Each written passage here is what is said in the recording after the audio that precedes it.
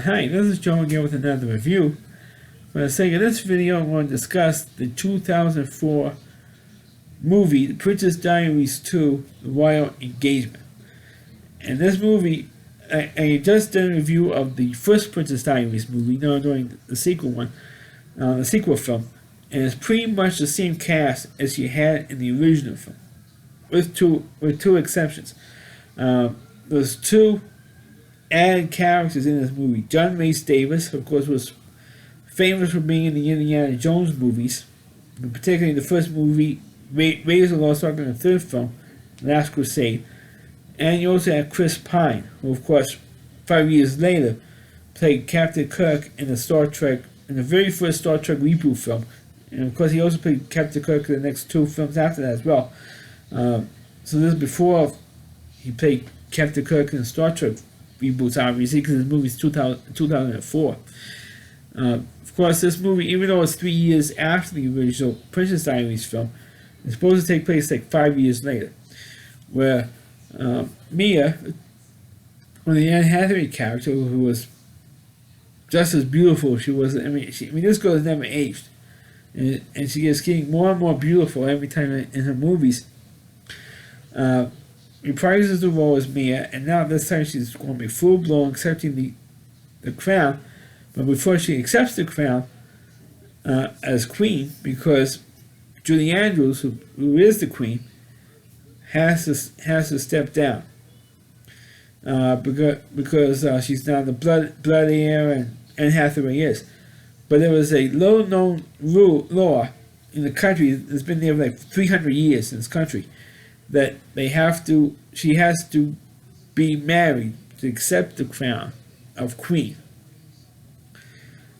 And so they have to find her a husband before she accepts the role as queen. They give her like 30 days to find a husband and get married within 30 days. So what happens is that she does get engaged to this one particular guy.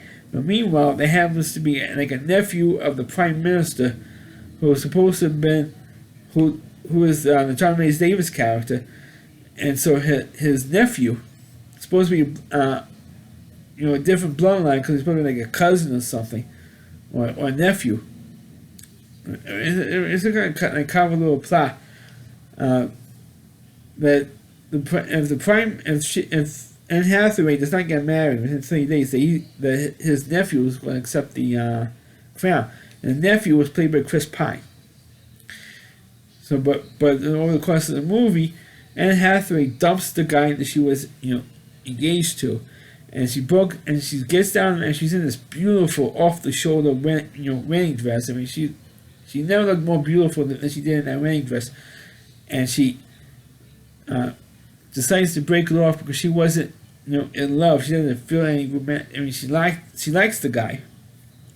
I'm not saying that she didn't like the guy. She did, but she didn't feel any romantic. She didn't feel any attraction for the guy, but she was attracted to Chris Pine's character. But unfortunately, she married, nobody in this movie. I mean, come on. If you're going to tell a royal engagement, and the main character, the Anne Hathaway character, doesn't get married, it's kind of like a letdown. But who did get married? Julie Andrews' character, and she gets married to Hector Elizondo in the end of the film. Because he was going to be retiring as the head of security. Especially when Anne Hathaway could have said, "Look, I want you to be my head of security." She could have stepped up to the place. "Look, I don't want you to retire. I like you. You're a friend of mine. You're also one of my mentors. I appreciate you being there for me, and because I know you care for me, I know you love me." And even though he didn't say so, you could tell that he had some love for Anne Hathaway's character. But she didn't say, "Hey, I don't want you to retire" and stuff. But he decides to retire. But meanwhile, he has a love. He loves Julie Andrews, and so he decides to marry Julie Andrews at the end of the film, and that's the wedding you see at the end of the movie.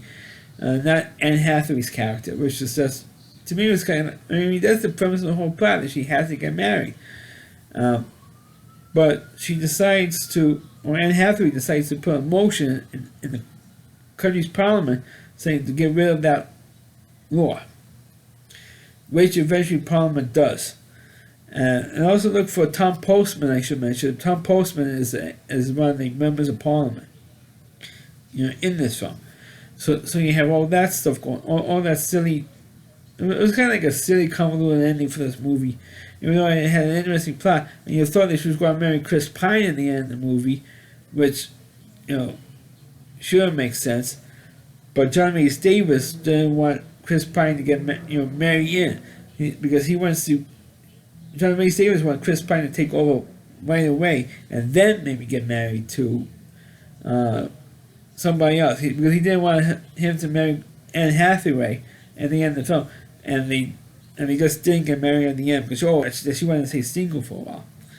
Now I don't know if they ever made another sequel to this movie series. I don't know. I guess not the two films. But I thought that Anne Hathaway I thought she was better in this movie than she was in the original, because I thought that she was a little more confident in herself and her acting ability and in this character. In the first one, she was like very well. The first movie, she was more of a klutz, more awkward in that film with all the royal stuff. Now she's a little more confident in her acting ability. I mean, I felt so. But no matter, she's Anne Hathaway. She's drop dead gorgeous Anne Hathaway in this movies. And of course, like I said, anybody who doesn't get the hearts for her, I think they have to be blind or gay. But the movie, the sequel is a decent movie. Like I said earlier, the ending was just disappointing, in my opinion.